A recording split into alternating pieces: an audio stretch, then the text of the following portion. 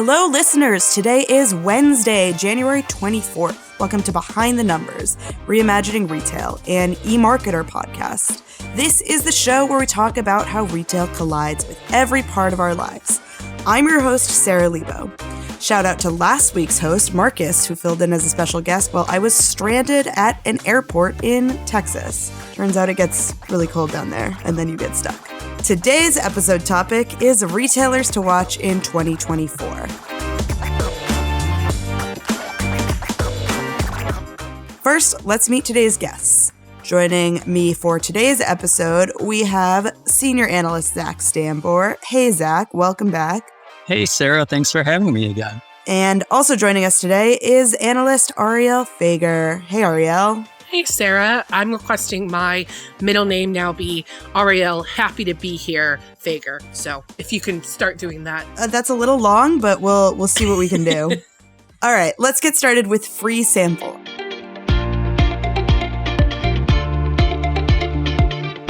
Our Did You Know segment, where I share a fun fact, tidbit, or question. I guess this one's a tidbit. I think this one falls in the tidbit category. Since our topic is retailers to watch in 2024, let's set the scene with what we're talking about this year. $7.5 trillion. That's the amount of U.S. retail sales, both e-commerce and in-store, we forecast for this year. $7.5 trillion. Any guesses on what percentage of worldwide retail sales that $7.5 trillion represents? Oh, geez. I'm so bad. Me too. These guesses. I'm going to guess 20, but I'm not very confident. All right, we've got an unconfident 20. Zach, what's your guess? I will go with 28. You guys did a great job. It's 23%. You crushed Good that. job. You sound so great. We have the best analysts around. They know their stuff, even though that's a number that's fully available on our website. And if you ever actually needed it, you could just look it up. And that's a plug for our website. Sensitive. But that is 23%. That's how much U.S. retail will be as a percentage of global retail sales. Okay, now that we have that out of the way, it's time for our next segment, Retail Awards.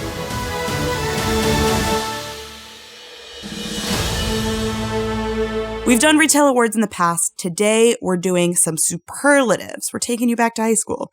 Arielle, Zach, did either of you win superlatives in high school? That one. No, I did not. Okay, well, I won 2. So I won clumsiest and most likely to blow up the chem lab. So I've got us Definitely covered. things to be proud I of. was fine at chemistry too, but I was breaking stuff in that chem lab.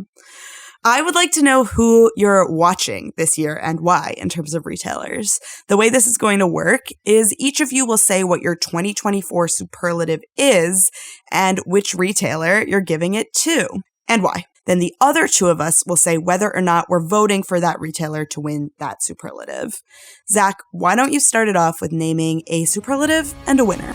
Okay, so I am going to start out with most likely to need a makeover, and I'm going to award that to Amazon, and Amazon Fresh in particular, although I'll fold in Whole Foods a bit. So I fully recognize that Amazon Fresh got a makeover just last year, but I'm not really sure if redesigning the stores, growing the selection, adding a Krispy Kreme donut shop to the store is really big enough changes to enable Amazon to grab a bigger hold of the grocery market. Grocery is a category where scale really matters, and Amazon just doesn't have the scale. So Amazon Fresh for most likely to need a makeover, kind of a harsh superlative. Arielle and I will discuss whether or not we're voting for Amazon Fresh for this superlative. Arielle, thoughts?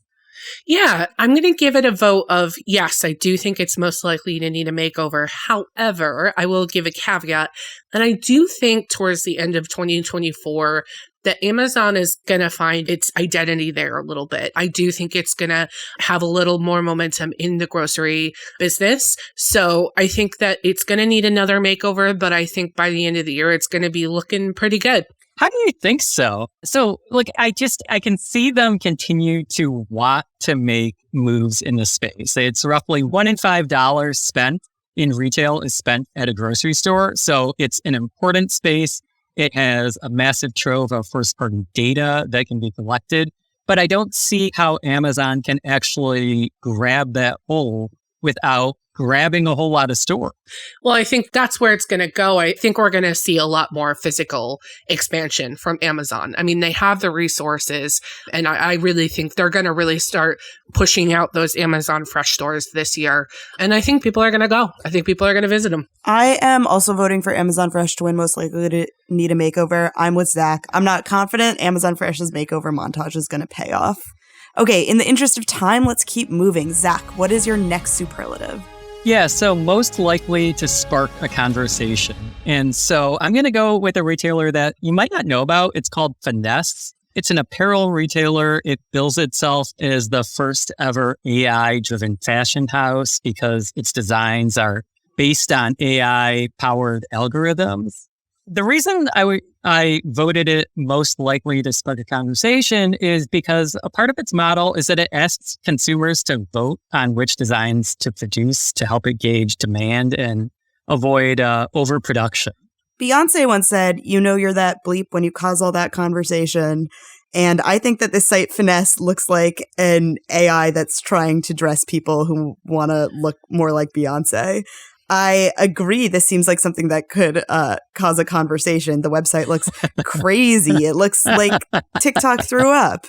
I agree. It'll start a conversation. I'm not confident that conversation will result with Finesse having a renaissance, to use another Beyonce reference. Yeah, I totally agree. I think it's definitely going to start a conversation, but it seems like it's doing too much all at the same time.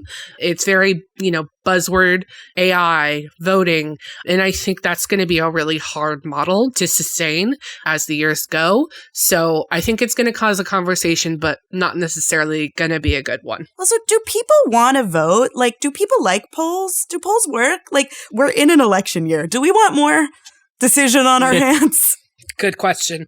It's true. This is not the first retailer to attempt something like this. Beta Brand, which is a retailer that I don't know if you know about, but it's been around for a very long time. It had a very similar model. And I think the voting piece went away at one point because it's hard to get people to vote, at least on an ongoing basis. Okay, you heard it here first. Register to vote. Definitely. Arielle, what is your first superlative? My first superlative is most likely to never grow up. And I'm awarding that to Claire's. Now, I'm a millennial. I grew up with Claire's. I definitely got my ears pierced there. I went and I bought all sorts of accessories, earrings, jewelry that I absolutely did not need at my age. But so I have a strong affinity for Claire's. But I think, as millennials grew up, Claire's didn't really age with us. But that's kind of a good thing because I think, Claire's is now kind of going for the Gen Zalpha, which is kind of the Gen Z, Gen Alpha cohort, the ages in between those. And they're doing it with a lot of really interesting stuff. They've revamped their loyalty program. They've rebranded their piercing business to make it more modern. They're going to be in Kohl's stores across the country. They're developing a new TV series for kids. And similarly, they're also have a deal with a podcast and audio entertainment production studio. So they're really kind of going on all cylinders to try to, get Gen Alpha or Gen Zalpha. And I think it's going to work. Yeah, I definitely agree with you. I think it was smart of Claire's not to think, how can we grow up with millennials, but instead, how can we stay young, get young millennials, old Gen Z, and then get those millennials' children. I am not a parent, but I definitely grew up going to Claire's. And if I had kids, I think that's a place where I would think to take them, especially like piercings, things like that bring people into the store that we associate with sort of like youth. I think that Claire's is staying fun for children, but it's also really staying fun for parents with that nostalgia. So I agree. I'm voting for them for most likely to never grow up in a good way.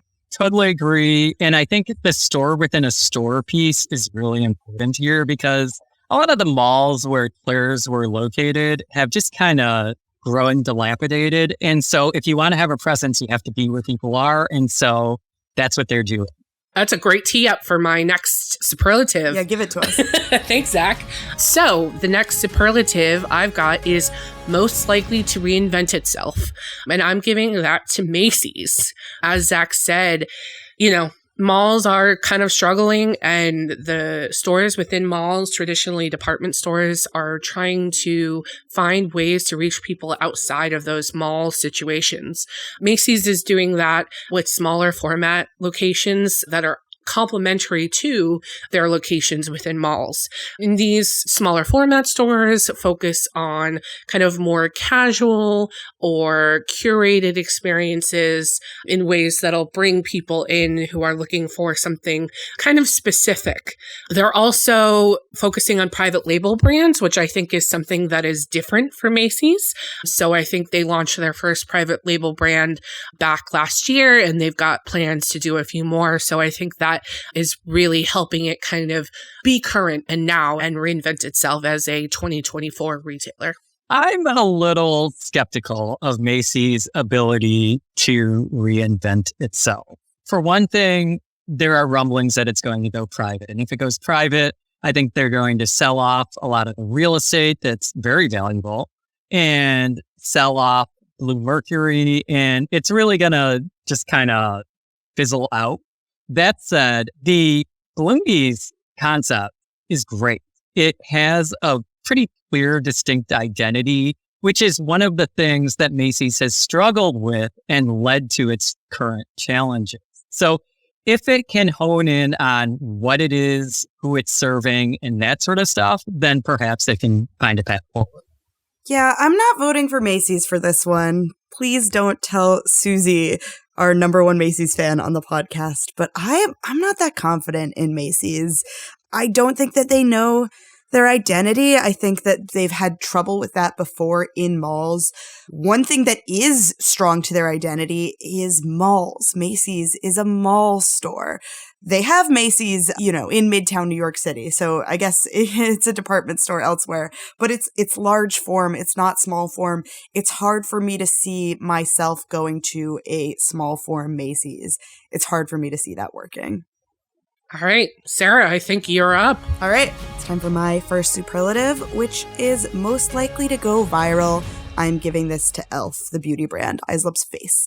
e.l.f. is so good at social. I don't know another brand who's doing it like e.l.f. right now. Last night, I watched a 5-minute TikTok of just someone organically, not paid by e.l.f., doing their makeup half with high-quality products and half with e.l.f. dupes. It had over 1 million views, and it was a long piece of content that was fully organic and not paid for by e.l.f. We're seeing this all over TikTok, both with organic social and with paid social. e.l.f. knows exactly who they are. They're leaning into dupes and affordability.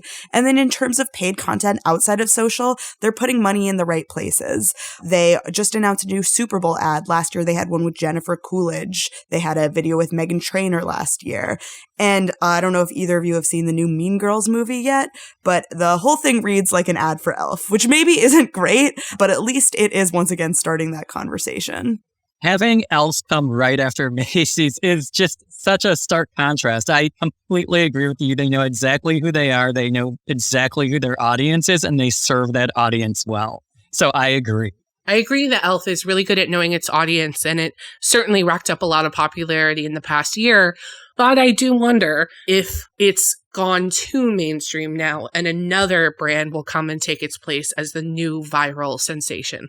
So I guess I'm going to vote no tentatively and say that I think e.l.f. has no worries at all. I think it's going to do great this year, but I do think that there might be another beauty brand that comes up and sneaks up like a dark horse and goes really viral. Yeah, I'm staying strong to this statement, but I do see where you're coming from. If your thing is dupes and you become that girl, the main character, then someone's going to dupe you. Okay, my final superlative, this one is most likely to make it in media. I am giving this superlative to Walmart. Walmart is gaining retail media share right now. It's going to be at 7.5% of all retail media ad spend in the US this year, and next year it'll be up to 8.5%. Amazon is the elephant in the room here because it's remaining at 70%.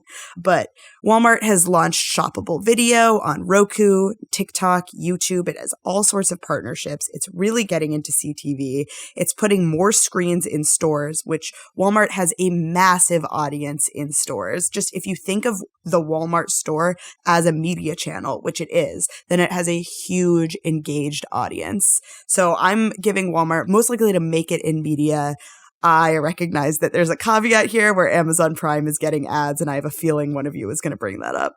Not me. I totally agree. I think Walmart is really innovating with its partnerships. I think it's trying a lot of different things, and I think that's to its benefit. It's really doing the best that it can to be in every single channel and to partner with the leaders in those channels. So I agree. Obviously, yes, Amazon is a big competitor, but I think Walmart's got its own little niche that it's really carving out in terms of retail media. Yeah, I mean, obviously, Amazon is the 800-pound gorilla in this space, if not the 8,000-pound gorilla in this space. That said, Walmart, as you said, has something that Amazon just doesn't have, a massive trove of stores. And that store footprint is incredibly valuable for targeting consumers where they're spending a lot of time. And Walmart consumers spend a lot of time and a lot of money in their stores. So I completely agree. Okay, we did it. We successfully created a retail yearbook. I think we can call it quits for the rest of the year now. Just kidding, but that is all we have time for today. So thank you for being here, Zach. Thanks for having me. And thank you, Arielle. Thank you. Had a great time. Please give us a rating and review wherever you listen to podcasts, and follow us on Instagram at Insider Intelligence. Thank you to our listeners and to Victoria, who will win most likely to edit this podcast, because that's what we ever do. We'll be back next Wednesday with another episode of Reimagining Retail, an eMarketer podcast. And tomorrow, join Marcus for another episode of the Behind the Numbers Daily.